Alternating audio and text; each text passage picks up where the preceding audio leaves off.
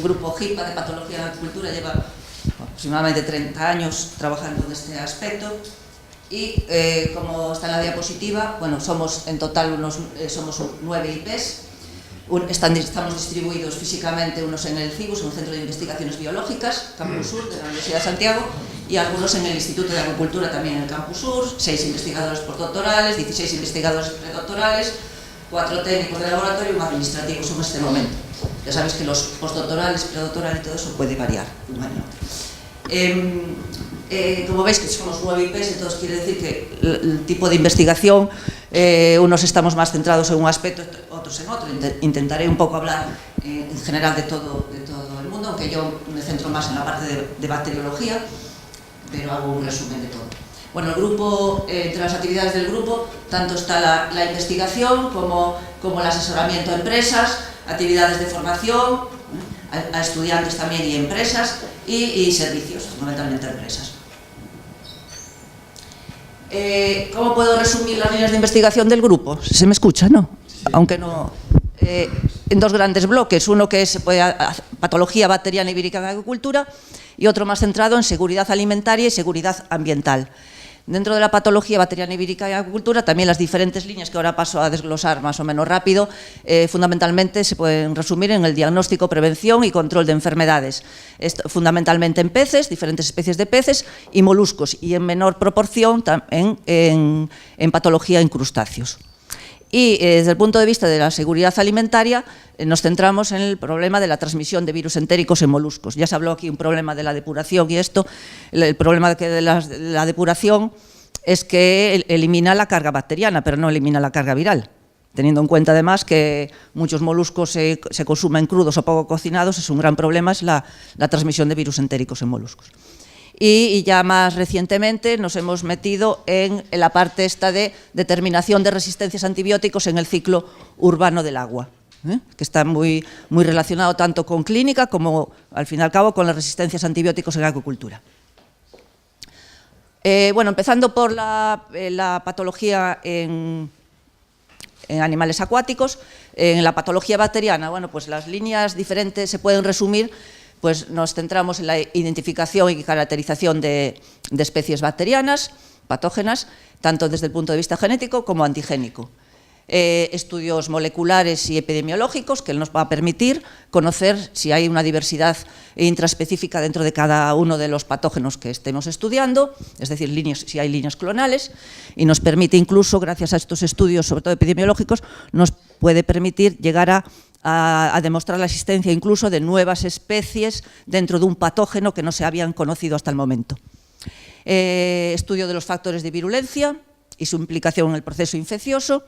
Y a estos tres aspectos, tanto la identificación, los estudios moleculares y estudio de los factores de virulencia, al final va a tener una aplicación importante, como puede ser el desarrollo o mejora de herramientas de diagnóstico molecular que ya pueden existir, pero nos pueden incluso desarrollar nuevas, pero incluso mejorar las existentes. Así como también nos va a permitir, más que desarrollo de nuevas vacunas, y que las nuevas vacunas para, como puede ser bacterinas, que son las bacterias inactivadas simplemente, para nuevas patologías, pero incluso dentro de las patologías bacterianas, en donde ya hay programas de vacunación, gracias sobre todo al estudio de los factores de virulencia, nos va a permitir mejorar ya sea con vacunas recombinantes o con vacunas vivas atenuadas. En cuanto a la caracterización antigénica y genética de especies, bueno, pues llevamos a cabo nuestra misión fundamental, es llegar a conocer cuáles los serotipos que predominan causantes de enfermedades en una determinada especie patógena, es decir, establecer un esquema de serotipado que pueda ser útil desde el punto de vista empresarial. Estudiar, una vez que tenemos determinados cuáles son los serotipos que causan mortalidades en un determinado patógeno, analizar los genomas de estos diferentes cepas representativas de los diferentes serotipos, con el fin fundamental, si existe, saber relación serotipo-genotipo. Desafortunadamente, en la mayoría de los patógenos no hay una estricta relación entre serotipo y genotipo.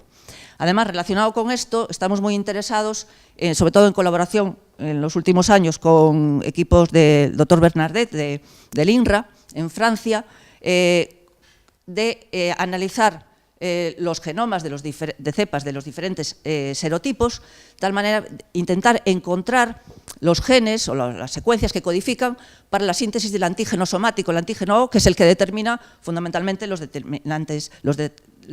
distintos serotipos. Esto, por ejemplo, ellos lo pusieron a punto en un patógeno de agua dulce, en Flavobacterium psychrophyllum, y ahora estamos en colaboración con ellos para ver si lo podemos poner a punto en Tenacibaculum maritimum, patógeno de peces marinos.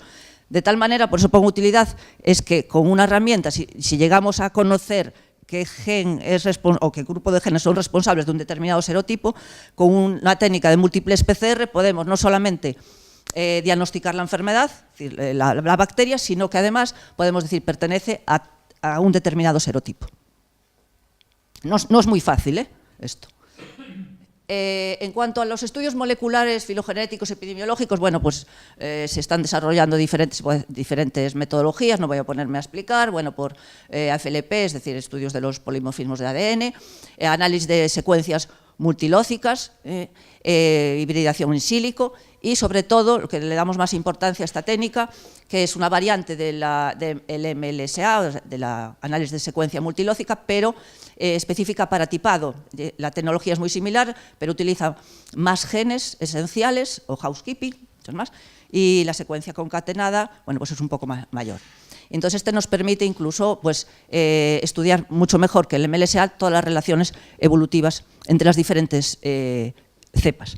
Como un ejemplo, porque esto lo aplicamos a muchas especies patógenas, de los últimos estudios realizados, que es interesante, en los estudios epidemiológicos mediante MLST, en las cepas del género Edwardsella. Edwardsella, hasta el año 2013, se consideraba que las especies patógenas para peces pertenecían o bien a Edwardsella tarda, o bien a Edwardsella italuri. A partir de los años 2013 aparecieron nuevas especies que estaban, además que clásicamente se estaban considerando como Edwardsella tarda, y gracias a estudios filogenéticos epidemiológicos se ha demostrado que realmente pertenecen a una nueva especie, que es Edwardsella pisticida, y más recientemente incluso hay algunas cepas de otra nueva especie, que es Edwardsella anguillarum. Concretamente, en estas especies, Edwardsella pisticida y Edwardsella anguillarum, no hay ninguna cepa que pueda afectar a homeotermos, mientras que en la primitiva Edwardsella tarda sí que comparte patógenos para homeotermos y para peces. Y además vimos que en estos estudios filogenéticos, veis aquí Edwardsella pisticida, es la más heterogénea desde el punto de vista genético, con todos los diferentes perfiles que se pueden encontrar. Y si los diferentes perfiles los agrupamos en líneas, se puede decir que en Edwardsella pisticida, que es el patógeno realmente hoy importante en acuicultura, tanto de agua dulce como de agua marina, hay tres líneas predominantes, la línea 2, que está aquí, la línea 1, que es la más abundante, y la línea 5. Y es curioso que encontramos que la línea 1 es muy homogénea, veis aquí en azul, y además las cepas pertenecen es un clon europeo, fundamentalmente de rodaballo y lenguado. Mientras que en las otras líneas, la línea 2 y la línea 5, que es la que tiene un poquito relación con la antigua Edwardsella tarda, ahí ya son de otros orígenes americanos y asiáticos y de peces diferentes. Bueno, con esto estamos siguiendo. Quiere decir que este tipo de estudio es muy similar que se puede hacer con otros patógenos. Si paso a los estudios de virulencia bacterianos, pues también lo resumí porque hay incluso más que estos tipos de factores que estamos estudiando.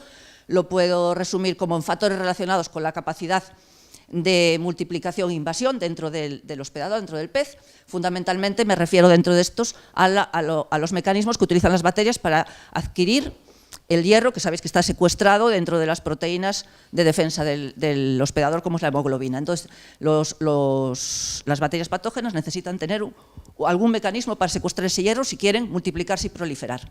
Si no, la infección se paraliza una vez que entra. Entonces, dentro de estas, o bien utilizan el mecanismo mediado por sideróforos, pequeñas moléculas que salen al exterior, secuestran el hierro y gracias a receptores de membrana externa de la bacteria, pues pueden internalizarlo de nuevo, internalizan el sideróforo con el hierro y ya lo pueden utilizar. O bien otra estrategia puede ser la producción de hemolisinas que lisan los glóbulos rojos del pez y pues o bien utilizan el grupo hemo de la hemoglobina directa a las bacterias o bien incluso pueden romper el grupo hemo y utilizan el hierro. También estudiamos factores relacionados con la capacidad de producir lesiones externas, sobre todo para los patógenos, como es el caso de Tenacibaculum maritimum, que es patógenos que se sabe que el primer paso de la infección es formar un biofilm externamente, una biopelícula, y a partir de que se adquiere una concentración, relacionada un poco con lo que dijo Ana antes, ¿no? una concentración umbral, pues empiezan a segregar enzimas que pueden provocar después una lesión y penetrar en el interior, como es, por ejemplo, la condroitinasa. Y después también estamos, esto es fundamentalmente en bacterias de peces, y también estamos estudiando un poco cómo es la infección de bacterias patógenas en moluscos, que es más complejo un poco el estudio este. Por poneros un ejemplo de los sistemas de mediados por sideróforos, que se lleva muchos años con esto, pues se ha estudiado toda la ruta bioquímica de producción de los sideróforos de determinadas bacterias patógenas, se ha estudiado los genes candidatos que codifican para la síntesis de estos sideróforos y para su transporte. Todo el proceso y esto nos ha permitido incluso identificar sideróforos nuevos, que no habían sido descritos en algún patógeno y que se ha demostrado que están implicados en la virulencia, ya con los mutantes adecuados, como es, por ejemplo, la vancrobactina, es un sideróforo específico de Vibrio anguilarum que está implicado en la virulencia. La piscibactina es un sideróforo específico implicado en la virulencia de Photobacterium dansele, su especie piscicida, un patógeno de doradiluvina y lenguado, fundamentalmente. Y más recientemente, pues en Aeromonas salmonicida, se sabe que las cepas más patógenas producen dos sideróforos, acinetobactina y amonobactina. Estos no son nuevos, porque ya lo dice la palabra, acinetobactina había sido identificado en Acinetobacter baumannii y amonobactina en Aeromonas hidrófila, pero no habían sido descritos que Aeromonas salmonicida podían producir los dos. Y además eso, que las cepas más virulentas producen las dos y las menos virulentas producen uno solo. ¿Qué importancia tiene todo esto de los sideróforos? Aparte de que conoces cómo es el proceso infeccioso, investigación básica, pues tiene una parte aplicada, que es el desarrollo de nuevas vacunas. Como son vacunas, pueden ser vacunas vivas atenuadas, aunque la Unión Europea no lo permite, pero hay que investigar igual. O bien vacunas recombinantes, sobre todo basadas en las proteínas receptoras, proteínas de pared externa, de membrana externa de pared de la bacteria, que son los receptores del complejo sideróforo hierro. Así, por poner un ejemplo, en el genoma, como os acabo de decir, en Aeromonas salmonicida, que las cepas más virulentas tienen dos clústeres, ¿no?, de producción de dos sideróforos, acinetobactina y amonobactina, se han conseguido mutantes dobles, en las proteínas está ahí en naranja, de genes que codifican para genes regulatorios y de biosíntesis, y estos mutantes dobles pues se han probado y tienen una virulencia muy atenuada. Ya se han hecho estudios en rodaballo y dan una protección más del 90% en rodaballo. Están ahí sus mutantes, pero quiero decir, por probar, las empresas no están mucho por las vacunas vivas atenuadas, hasta que la legislación europea sea más flexible, porque en Estados Unidos sí que se pueden utilizar vacunas vivas atenuadas. Otro aspecto, como os había dicho, enfocado en el secuestro del hierro, ¿no?, por parte de la bacteria, es la producción de hemolisinas. Fundamentalmente esto se está realizando en esta bacteria, Photobacterium dansele, su especie dansele, que es un patógeno común para peces en aguas cálidas y para homeotermos. Produce infecciones aproximadamente a partir de 20 grados, por eso fundamentalmente es un patógeno oportunista, se considera de dorada lubina, más en el Mediterráneo europeo. Bueno, pues hasta no hace muchos años se pensaba que todas las cepas patógenas tenían esta estructura, es decir, las hemolisinas realmente produce dos hemolisinas, una que produce un poro en el eritrocito, esta otra DLY es una fosfolipasa, bueno, que está en un plásmido, que se considera un plásmido de virulencia, y da un halo hemolítico enorme. Después se descubrió que en el cromosoma tenía otra hemolisina, veis aquí, cromosómica, que parece que actúa ayudándole un poco a estas dos hemolisinas, pero esto realmente, las hemolisinas plasmídicas son superpotentes, provoca una hemolisis terrible en los eritrocitos. Pero en los últimos años, bueno, aquí por mutación, estos son simplemente por mutación que disminuye el halo hemolítico. En los últimos años se ve que una gran parte de las cepas que se están aislando del Mediterráneo no tienen este plásmido de virulencia y están causando problemas en los cultivos de Dora de lúbina en el Mediterráneo. Y solo tiene, se estudió genéticamente, solo tiene una hemolisina cromosómica que a veces casi ni se ve, un halito pequeñito, y otras veces casi ni se ve. Entonces se está estudiando realmente qué otros factores ya se conoce algo más, qué otros factores de virulencia pueden tener estas cepas que carecen de plásmido desde el punto de vista para que sean tan eficaces también para producir la infección, ya que carecen de este plásmido de virulencia. Bueno, y relacionado con la producción de enzimas y toxinas, que se han hecho en muchos patógenos también a lo largo de los años, también simplemente os cuento un poco lo último, que es lo que os había dicho, se está estudiando el papel que puede tener la condroitinasa, que provoca la degradación, como aquí, de la condroitina de los tejidos conectivos del pez.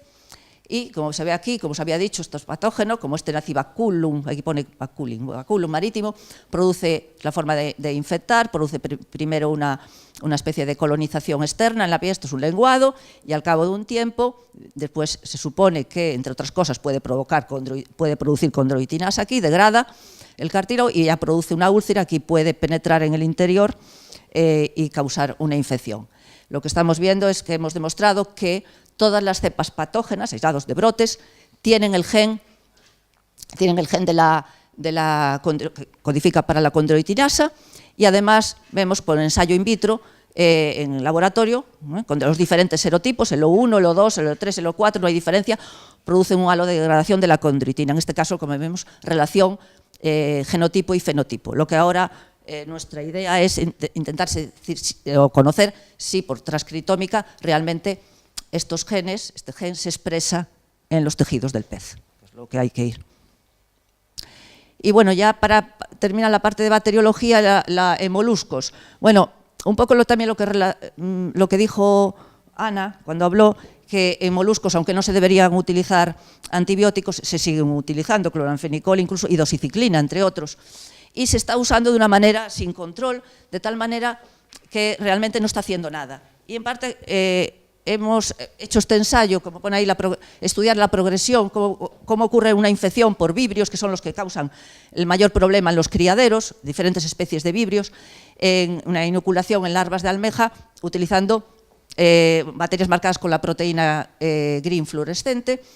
Y lo que se vio es que la infección es tan rápida, es decir, cuando está en este estadio, prácticamente, y aquí ya nada, en esta B, y sobre todo aquí en el estado 2, se puede decir que da lo mismo que le echemos el antibiótico que sea al agua, que ya no le hace nada, termina muriendo todo. Es decir, los acuicultores en criaderos echan el antibiótico cuando empiezan a ver alguna sintomatología.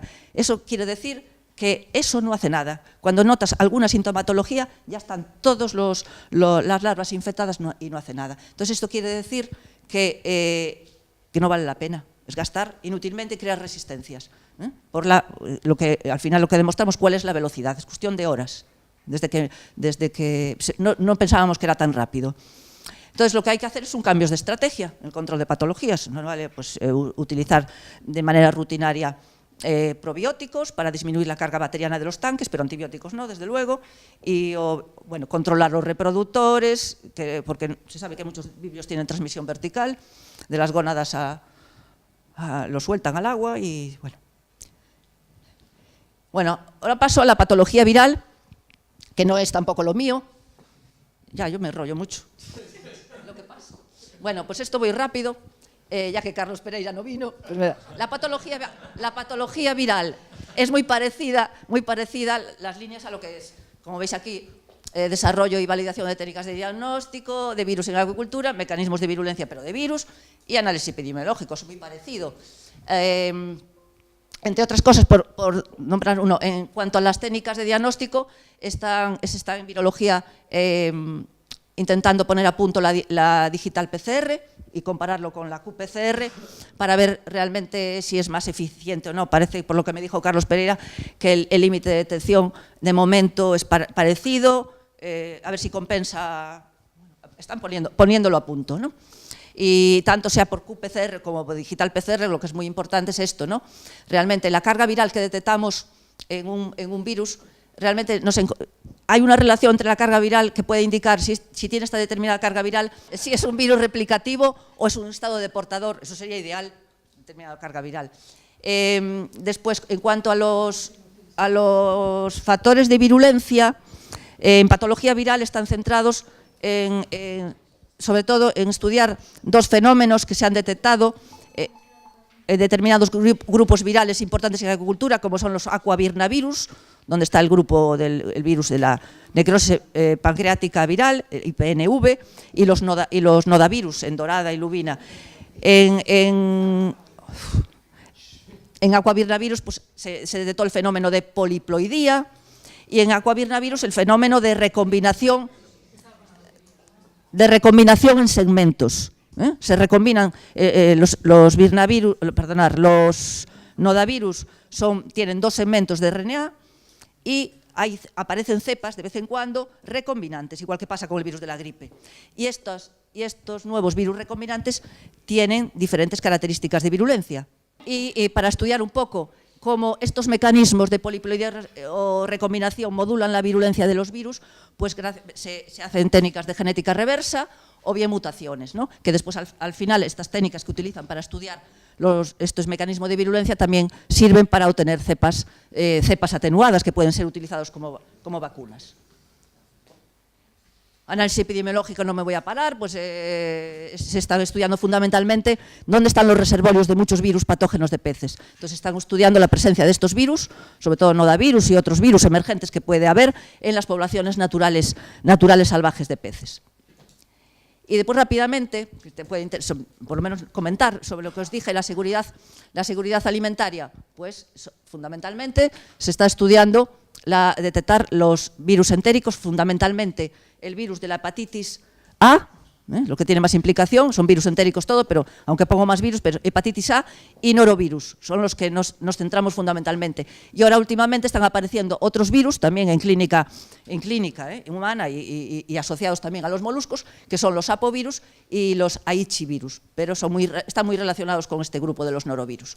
Y tanto intentamos detectar qué genogrupos, porque dentro de estos virus también hay genogrupos, qué genogrupos son los que detectamos y si hay relación entre los genogrupos que detectamos en moluscos o los genogrupos que se detectan en muestras clínicas o ambientales. Como está bien aquí, se ve muy bien, bueno, aquí están las técnicas que utilizamos. PCR cuantitativa, se está poniendo a punto también a ver si se puede utilizar digital PCR. Eso por método o bien aislamiento en cultivos, pero veis que lo que nos interesa es ver si hay relación entre lo que se detecta en los moluscos o bien lo que aparece en aguas residuales o bien lo que se puede detectar en materia fecal, en heces de individuos. Esto tiene mucha importancia epidemiológica y también nos ha puesto de manifiesto que la depuración, primero que los procesos de tratamiento de aguas residuales no funcionan correctamente para estos virus entéricos. Y ahí ya está un problema aquí. Y tampoco los sistemas de depuración, tampoco eliminan E. coli o salmonella, pero no eliminan estos virus. Entonces, eso hay que perfeccionarlo. Y después ya, si lo tenéis la presentación, tampoco los diferentes servicios al sector, tanto de patología bacteriana como viral, identificación, certificados sanitarios, elaboración de autovacunas, evaluación también de otras vacunas para empresas, patología viral muy parecido, con alguna variación, como pone aquí un poco evaluación de agentes antivirales, que le solicitan a veces empresas. Y bueno, esto ya es un poco propaganda del grupo, como os dije, de más de 30 años, patentes, proyectos, etcétera, que lo podéis ver. Y ya por último, un poco más lo de este año. En este año 12 proyectos competitivos. Hablo de los solicitados, tenemos 2 solicitados nacionales y uno no es que aún no está solicitado, está elaborando, se acaba en enero en colaboración fundamentalmente con griegos y otros países, dentro de esta call de Blue Economy que salió, en colaboración también con Stoll, con empresas, pensando en estrategias como es uso de terapia fágica en acuicultura y nuevas vacunas. está enfocado así, a ver si hay suerte. Bueno, 3 acciones con la administración autonómica, fundamentalmente para solucionar problemas de patologías de moluscos en criaderos. 2 redes, el RISEGAL, que es sobre riesgos emergentes en seguridad alimentaria, y la inmunogenómica, el del inmunogenoma. Bueno, 26 publicaciones este año, hay 3 en Open Access y 4 tesis, se han leído 4 tesis con mención internacional. Y ya para acabar, solo un inciso que no lo puse, estamos empezando, y creo que es una cosa muy interesante, es estudiar el impacto del cambio climático en la acuicultura, sobre todo ya no solamente en la expresión de la respuesta inmune de los peces, ¿no?, por los cambios de temperatura o salinidad, sino desde nuestro punto de vista, sobre todo, en la expresión de genes. Está demostrado y ya empezamos con algunas cosas. Todo esto que os conté de sideróforos, de todos estos... una bacteria puede tener 2, imagínate, produce 2 sideróforos, pero uno a temperatura baja se expresa otro es que la temperatura es que modula muchísimo. Esto creo que ahora está muy en auge en todos los aspectos. Bueno, nada más. Muy bien.